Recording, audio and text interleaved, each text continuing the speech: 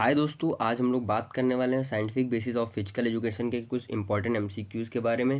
ये important MCQs का part 4 है। इससे पहले इसके 3 पार्ट्स हम लोगों ने अपलोड कर दिया है। ठीक है, अगर आप लोगों ने नहीं देखा तो डिस्क्रिप्शन में जाकर लिंक पे क्लिक करके आप लोग उसको चेकआउट कर सकते हैं। तो चलिए पहले बढ़ते हैं और पहला क्वेश्चन पढ़ते हैं। Which of the following is a visual teaching aid in a physical education. मतलब फिजिकल एजुकेशन में विजुअल टीचिंग एड कौन सा हो सकता है। ठीक है, मतलब जो आपको लोग दिखा के समझाया जा सके वो मेथड क्या हो सकता है। क्या वाइट बोर्ड हो सकता है, ऑडियो रिकॉर्डर हो सकता है, फ्लैश कार्ड हो सकता है, या फिर म्यूजिक प्लेयर हो सकता है। तो ये जो ऑडियो रिकॉर्डर हो गया, फ्लैश कार्ड हो गया हम लोग का, और म्यूजिक प्लेयर हो गया, ये सब क्या है हम लोग के ऑडियो फॉर्म में होते हैं। ठीक है, लेकिन हम लोग का वाइट बोर्ड क्या है, हम लोग वाइट बोर्ड जो है हम लोग का उसको हम लोग विजुअल कर सकते हैं। ठीक है, हम लोग देख सकते हैं। ठीक है, तो यहाँ पे ऑप्शन नंबर ए हम लोग का राइट आंसर हो जाएगा। फिर हम लोग का क्वेश्चन नंबर 2 कहता है which method is commonly most commonly use for teaching complex skills in physical education. ठीक है, मतलब फिजिकल एजुकेशन में कोई कॉम्प्लेक्स स्किल है उसको सिखाने के लिए सबसे कॉमनली या सबसे आसान तरीका क्या हो सकता है। तो हम लोग का वो हो सकता है डिमॉन्स्ट्रेटिव मेथड। मतलब हम लोग क्या करें कि कोई स्किल है पहले उसको दिखाएं स्टूडेंट्स को। ठीक है, फिर वो स्टूडेंट जो है उसको ऑब्जर्व करके उससे खुद सीख लें। तो इसको हम लोग क्या कहते हैं, डिमॉन्स्ट्रेटिव मेथड। तो यहाँ ऑप्शन नंबर बी हम लोग का यहाँ पे राइट आंसर हो जाएगा। ठीक है, फिर क्वेश्चन नंबर 3 कहता है what is the purpose of using a flip chart as a teaching aid in a physical education. ठीक है, तो फ्लिप चार्ट का क्या इस्तेमाल होता है। ठीक है, क्या पर्पस होता है टीचिंग एड सिखाने के लिए। ठीक है, फिजिकल एजुकेशन में तो आप लोगों ने कैलेंडर देखा होगा जो फ्लिप होने वाला रहता है, उससे क्या होता है, उसको हम लोग क्यों यूज़ करते हैं। उसको हम लोग इसलिए यूज़ करते हैं कि हम लोग को क्लियरली सब कुछ विजुअल हो। ठीक है, अच्छे से। तो इसी तरह इसमें भी यूज़ करते हैं टू डिस्प्ले रूल्स और इंस्ट्रक्शन जिसमें लिखा हो। ठीक है, जिसको हम लोग शो करने के लिए किसका यूज़ करते हैं, फ्लिप चार्ट का, फिजिकल एजुकेशन में। तो यहाँ ऑप्शन नंबर ए हम लोग का सही हो जाएगा। ठीक है, कि और जो हम लोग का फ्लिप चार्ट होता है उसमें कोई प्लेइंग एजुकेशनल वीडियो नहीं चलती है। ठीक है, स्टूडेंट अटेंडेंस नहीं उसमें स्टोर होता है। ठीक है, शेड्यूल नहीं मैनेज किया जाता, उसमें केवल क्या होता है, रूल और रेगुलेशन लिखा रहता है, इंस्ट्रक्शन वगैरह। ठीक है, उसको फॉलो करने के लिए होता है। फिर क्वेश्चन नंबर फोर हम लोग का कहता है कि which teaching method is no most suitable for promoting independent thinking in student. मतलब लोगों जो स्टूडेंट्स हैं उनके अंदर स्वतंत्रता का भाव जागृत करने के लिए, ठीक है, प्रमोट करने के लिए हम लोग किस तरह की टीचिंग मेथड का यूज़ करते हैं। तो हम लोग का क्या है, इंक्वायरी बेस्ड लर्निंग। मतलब जो स्टूडेंट खुद इंक्वायरी करें उसी से खुद सीखते रहें, तो ये सबसे अच्छा मेथड होता है। ठीक है, इससे क्या हो जाता है, ये इंडिपेंडेंट हो जाते हैं स्टूडेंट, मतलब टीचर के ऊपर नहीं डिपेंडेंट रहते हैं, खुद सीखने के लिए खुद इन्वेस्टिगेट करते रहते हैं। तो इसका क्या है, inquiry based learning. Option number B यहाँ पे राइट आंसर हो जाएगा। फिर क्वेश्चन नंबर हम लोग का फिफ्थ क्या है, क्वेश्चन नंबर फिफ्थ कहता है which teaching method uses hands on activity to engage student. मतलब कौन से टीचिंग मेथड में, ठीक है, हैंड्स ऑन एक्टिविटी का यूज़ करते हैं स्टूडेंट को इंगेज करने के लिए। ठीक है, तो वो क्या है, टास्क मेथड, उसको हम लोग कहते हैं टास्क मेथड। फिर क्वेश्चन नंबर 6 क्या कहता है, ये सब मेथड्स हैं, इसको आप लोग को याद करके चलना है। ठीक है, ये सब क्या है, ये सब लर्निंग के ऊपर आपके बेस्ड है। ठीक है, कितने अच्छे से आप लोग लर्न करके जाते हैं वही सब उस पर बेस्ड है।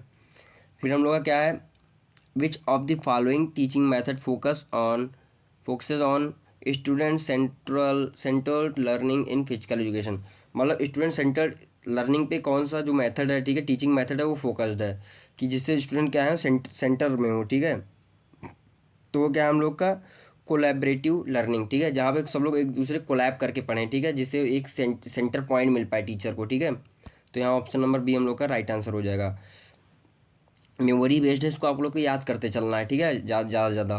फिर क्वेश्चन नंबर 7 क्या कहता है, which of the following is a disadvantage of using only the lecture method in teaching physical education.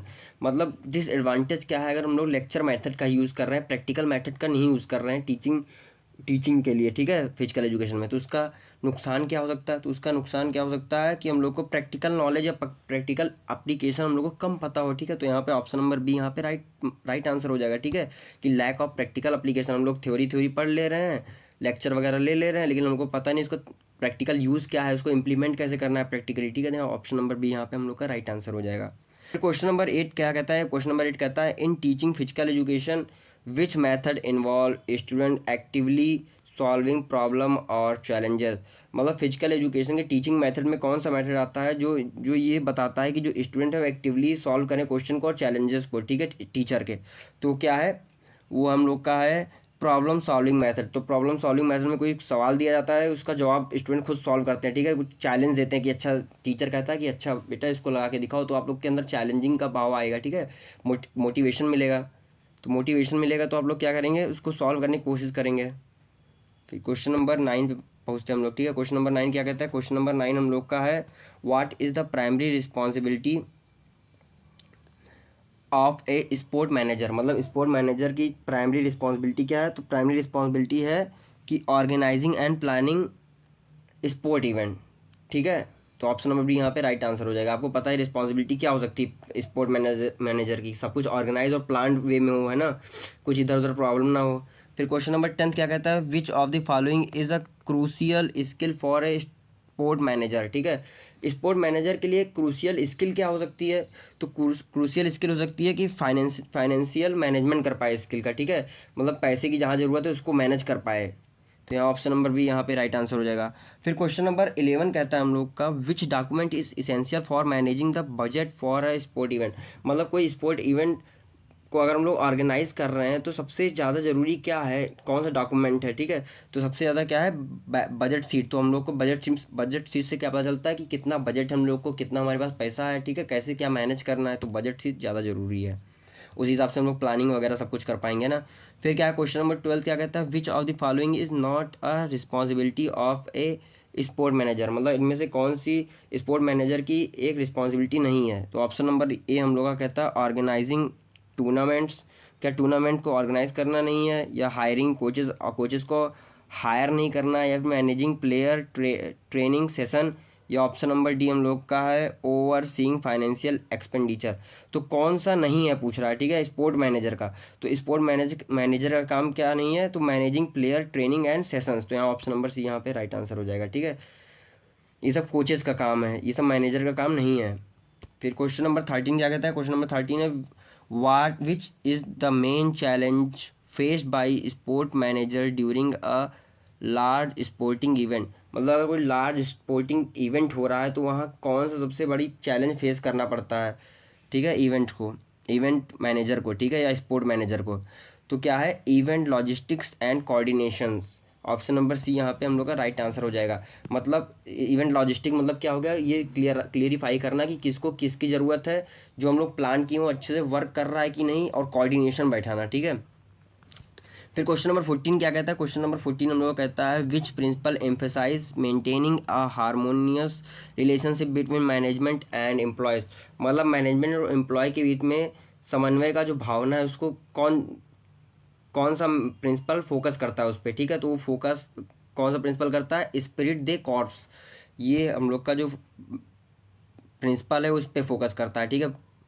इसका क्या नाम है, स्पिरिट दे कॉर्प्स। फिर क्वेश्चन नंबर 15 हम लोग का क्या कहता है, क्वेश्चन नंबर 15 कहता है, what is the principle of unity of direction. Unity of direction का प्रिंसिपल क्या कहता है, ठीक है। तो क्या है, ऑप्शन नंबर ए हम लोग का क्या है, all individual working toward the same objective. यही हम लोग का क्या है, unity of direction. Unity of direction क्या कहता है, जो भी वर्कर्स हैं, जो भी इंडिविजुअल वर्कर्स हैं, ठीक है, वो किसी एक ऑब्जेक्टिव की तरफ फोकस करें, जिससे हम लोग को ग्रुप गोल हम लोग का सेम होना चाहिए, ठीक है, इस पर फोकस करता है। तो ऑप्शन नंबर ए हम लोग का यहाँ पे राइट आंसर हो जाएगा। फिर क्वेश्चन नंबर 16 हम लोग का कहता है, the discipline principle in sport management focus on. तो डिसिप्लिन जो प्रिंसिपल है वो स्पोर्ट मैनेजमेंट में वो किस पे फोकस करता है, वो फोकस करता है respecting agreed rule and regulation. जो भी डिसिप्लिन मतलब मेंटेन करके चलना है, तो उसका मतलब क्या, रूल रेगुलेशन को फॉलो करना है। तो ठीक है, ऑप्शन नंबर डी हम लोग का यहाँ पे राइट आंसर हो जाएगा। फिर क्वेश्चन नंबर 17 क्या कहता है, क्वेश्चन नंबर 17 हम लोग का कहता है, which strategy help in maintaining discipline during physical education classes. मतलब क्या है, कौन सी ऐसी स्ट्रेटजी है जो डिसिप्लिन को मेंटेन करने में मदद करती है फिजिकल एजुकेशन क्लासेस में, ठीक है। तो क्या है, ऑप्शन नंबर बी हम लोग का यहाँ पे राइट आंसर हो जाएगा, क्लियर एक्सपेक्टेशन एंड रूल्स। मतलब जो रूल्स है और एक्सपेक्टेशन है जो स्टूडेंट्स की, ठीक है, या फिर टीचर की स्टूडेंट्स से, वो क्लियर होनी चाहिए, ठीक है। तो यहाँ ऑप्शन नंबर बी हम लोग का राइट आंसर है। फिर क्वेश्चन नंबर 18 क्या कहता है, क्वेश्चन नंबर 18 है, what is the major goal of class management in physical education. मतलब फिजिकल एजुकेशन में जो क्लास मैनेजमेंट होता है उसका मेजर गोल क्या होता है, ठीक है। तो उसका मेजर गोल होता है हम लोग का ensuring safety and engagement in activity. मतलब सेफ्टी वगैरह पे फोकस करना, ठीक है, और जो स्टूडेंट है इंगेज रहें उस एक्टिविटी को लेके, ठीक है। तो यहाँ ऑप्शन नंबर बी हम लोग का यहाँ पे राइट आंसर हो जाएगा। फिर क्वेश्चन नंबर 19 हम लोग का कहता है वाई विच इज़ अ की strategy for managing a large group of student in physical education. तो क्या है, क्वेश्चन नंबर 19 हम लोग का कहता है कि क्या की स्ट्रेटजी है, ठीक है, कि जिससे हम लोग लार्ज ग्रुप ऑफ स्टूडेंट को मैनेज कर पाएँ फिजिकल एजुकेशन में। तो उस स्ट्रेटजी का नाम है असाइनिंग रोल्स टू स्टूडेंट। मतलब कि क्या है, आप जो स्टूडेंट्स को भी कुछ रोल दे दो, ठीक है, कुछ रिस्पॉन्सिबिलिटी दे दो, जिससे वो लोग भी क्या हो जाए, थोड़ा सिंसियर हो जाएं। तो यहाँ ऑप्शन नंबर ए हम लोग का यहाँ पे राइट आंसर हो जाएगा। फिर क्या है, क्वेश्चन नंबर हम लोग का 20 कहता है what should a teacher do first to ensure a safety environment in a physical education class. मतलब फिजिकल एजुकेशन क्लास में जो टीचर है उसको सबसे पहले क्या इंश्योर करना चाहिए, ठीक है, सेफ इन्वायरमेंट को लेके। तो सेफ इन्वायरमेंट को लेके क्या क्या करना चाहिए, तो ऑप्शन नंबर ए हम लोग का यहाँ पे राइट आंसर हो जाएगा। Explain the rules and safety procedure. मतलब पहले तो उसको फोकस करना चाहिए जो रूल है और सेफ्टी प्रोसीजर है वो सब अच्छे से वर्क कर रहा है कि नहीं, ठीक है। फिर हम लोग आगे बढ़ते हैं। फिर क्वेश्चन नंबर हम लोग का 21 कहता है which approach work best for managing diverse skill level in a physical education class. ठीक है, तो मतलब कौन सा ऐसा अप्रोच है जो सबसे अच्छे तरीके से वर्क करता है डाइवर्स स्किल लेवल वाले स्टूडेंट्स को, या फिर जो भी स्टूडेंट्स वगैरह हैं, ठीक है, उनको मैनेज करने में फिजिकल एजुकेशन क्लास में। तो क्या तरीका हो सकता है, तरीका ये हो सकता है कि हम लोग जो डिफरेंट डिफरेंट स्किल वाले बच्चे हैं उनको डिफरेंट डिफरेंट क्लासेस में हम लोग क्या कर दें डाइवर्सिफाई कर दें। तो यहाँ हम लोग का option number B right answer हो जाएगा, ठीक है, dividing student in skill group. फिर क्वेश्चन नंबर 22 हम लोग का how can a teacher best handle varying student energy level during a physical education class. तो क्वेश्चन नंबर 22 हम लोग का कहता है कि जो अगर कोई टीचर है, ठीक है, उसमें उसके अगर क्लास में डिफरेंट डिफरेंट स्किल लेवल वाले बच्चे आ जाएं, तो उसको एनर्जी लेवल वाले बच्चे आ जाएं तो उसको कैसे हैंडल करेगा वो टीचर। तो क्या है, ऑप्शन नंबर बी यहाँ पे हम लोग का राइट आंसर हो जाएगा। Provide break and active recovery period. ठीक है, मतलब कि क्या क्या देना चाहिए, जो टीचर है उसको टाइम टाइम पे ब्रेक देना चाहिए, जिससे जिसकी ज़्यादा हो तो ज़्यादा देर तक चल जाएगा, लेकिन जिसकी कम है वो भी कम कम समय में क्या कर रहे हैं, अपनी एनर्जी रिस्टोर कर पाए, ठीक है।